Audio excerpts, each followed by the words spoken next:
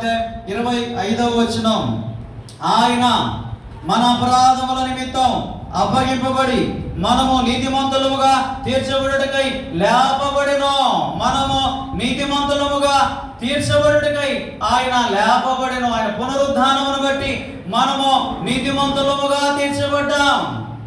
ప్రియమైన దేవుని బిడ్డరా, ఆయన పునరుద్ధానం చెందుటను బట్టి, ఆయన మృతులలో నుండి తిరిగి లేచుటను బట్టి ఈరోజు మనం అందరం కూడా నీతిమంతులముగా తీర్చబడ్డాం. అబ్రహాము దేవుని నమ్మినో, అది అతనికి నీతిగా ఎంచబడినో. యేసు ప్రభువును నమ్మిన మనందరము కూడా నీతిమంతులము.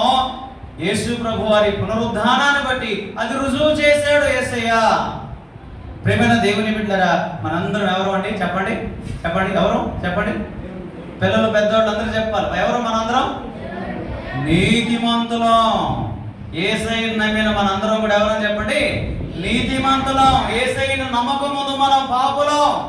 యేసయ్యను నమ్మిన మనందరం కూడా యేసు ప్రభు వారి యొక్క పునరుద్ధానాన్ని బట్టి నీతిమంతులముగా ఎంచబడ్డామని దేవుని యొక్క వాక్యం స్పష్టంగా తెలియజేస్తున్నది. ప్రియమైన దేవుని బిడ్డలు, మరొక పునరుద్ధాన ప్రాముఖ్యత మనం చూద్దాం. 1వ కొరింథీయులకు రాసిన మొదటి పత్రిక 15వ అధ్యాయం 17వ వచనాన్ని మనం చదువుకుందాం.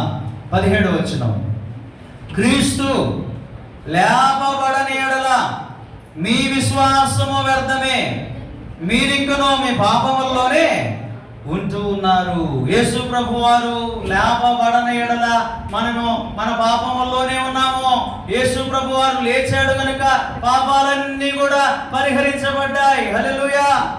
ప్రియమైన దేవుని బిడ్డలారా, ఈరోజు మన పాపాలన్నీ కూడా పరిహరించడానికి రుజువు ఏంటంటే, యేసయ్య పాపాలు చేయించి మరణాన్ని చేయించి ఆయన తిరిగి 3వ దినాన సజీవునిగా లేచిందాన్ని బట్టి మన పాపాలన్నీ కూడా క్షమించబడ్డాయి. నమ్ముతామా? ఆమేన్ చెప్తామా? ఆమేన్. నిజంగా మన పాపాలన్నీ కూడా క్షమించబడ్డాయి.